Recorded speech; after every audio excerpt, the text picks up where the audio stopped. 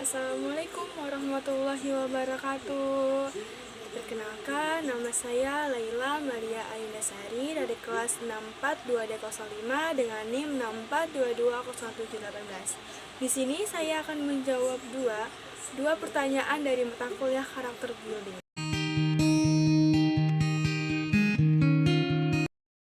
Pertanyaan yang pertama. Sering kita jumpai di lampu merah, banyak orang tidak sabar menunggu lampu hijau nyala dan menyerobot. Bagaimana tanggapan kalian?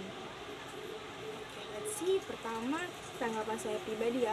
Saya benar-benar nggak suka banget sama orang-orang yang menyerobot lampu merah. Baik itu lampu merah berkendara ataupun lampu merah untuk pejalan kaki.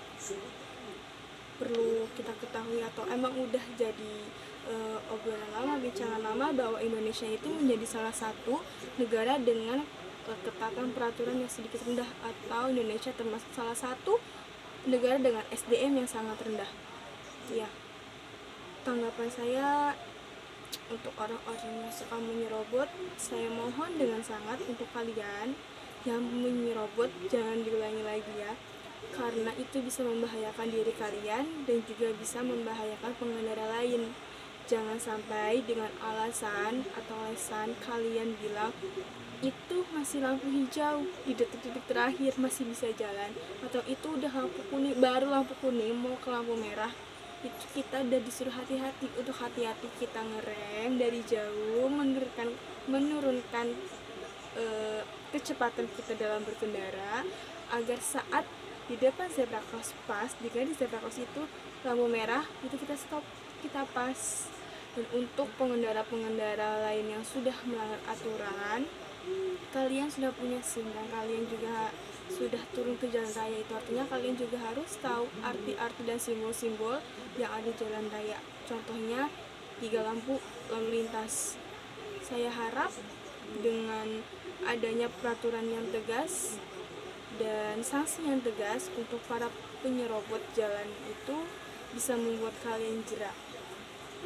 Di sini saya juga akan menceritakan sedikit pengalaman saya dengan pengendara atau dengan orang-orang yang menyerobot jalan lampu merah.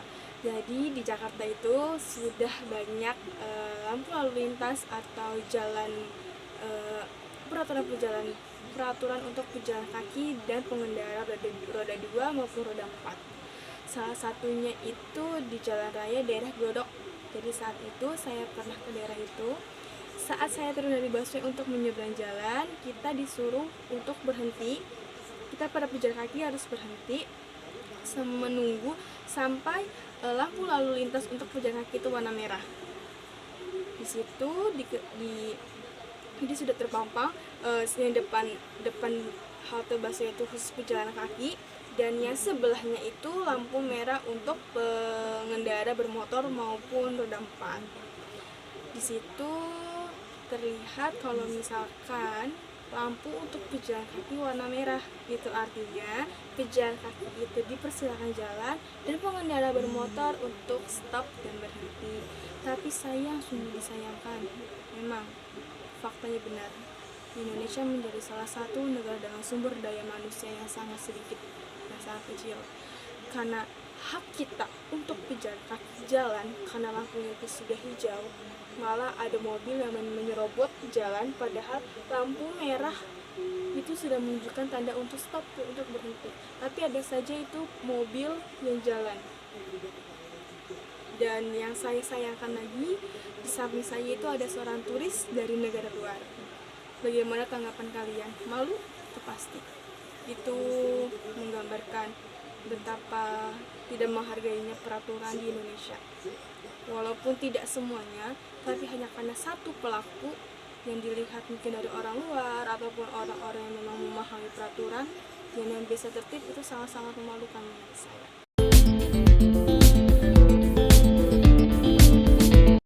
Baik, sekarang kita ke pertanyaan kedua. Setujukah kalian dengan hukuman mati untuk para koruptor yang telah merampas aset negara? Wow, pertanyaan yang sangat unik menurut saya. Saya pribadi, tanggapan saya sangat setuju.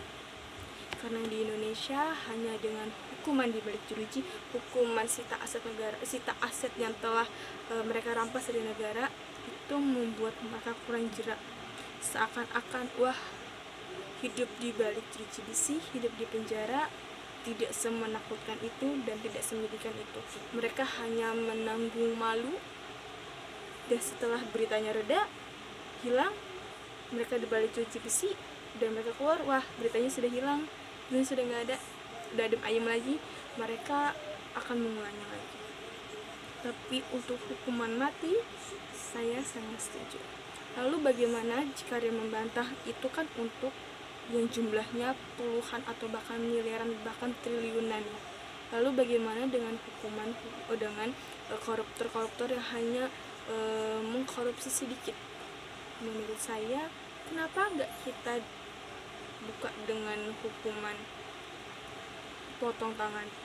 Seperti misalkan kan di Aceh ada namanya hukuman cambuk untuk para pezina.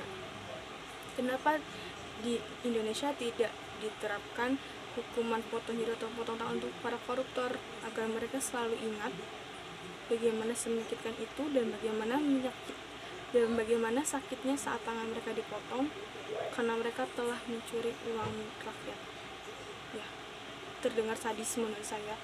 Tapi itu adalah salah satu peraturan atau ketegasan yang dilakukan di negara-negara maju. Ada beberapa negara yang memiliki penjara itu kosong. Ada yang beberapa negara itu tidak memiliki koruptor. Itu karena kilas baliknya, para koruptor, para penjahat, sekali mereka berbuat salah, hukumannya adalah kematian. Begitu kematian secara langsung, penyiksaan ataupun perlahan-lahan. Menurut saya itu akan membuat seseorang itu akan jerak. Itu menurut saya. Dan apakah saya setuju dengan hukuman mati? Saya sangat setuju. Itu akan membuat jerak, dan itu juga akan menjadi contoh untuk berbagai kaum, baik kaum milenial maupun yang biasa ataupun para pejabat-pejabat berapapun usianya, bahwa kalian jangan pernah bermain-main dengan namanya uang rakyat, karena kita nggak tahu sebagaimana susahnya rakyat mencari uang untuk membayar pajak negara yang harusnya digunakan untuk kebutuhan negara, untuk fasilitas kita juga, tapi dikorupsi dengan para koruptor-koruptor itu. Itulah beberapa argumen dan pendapat menurut saya yang bisa saya sampaikan. Sekian dari saya. Wassalamualaikum warahmatullahi wabarakatuh.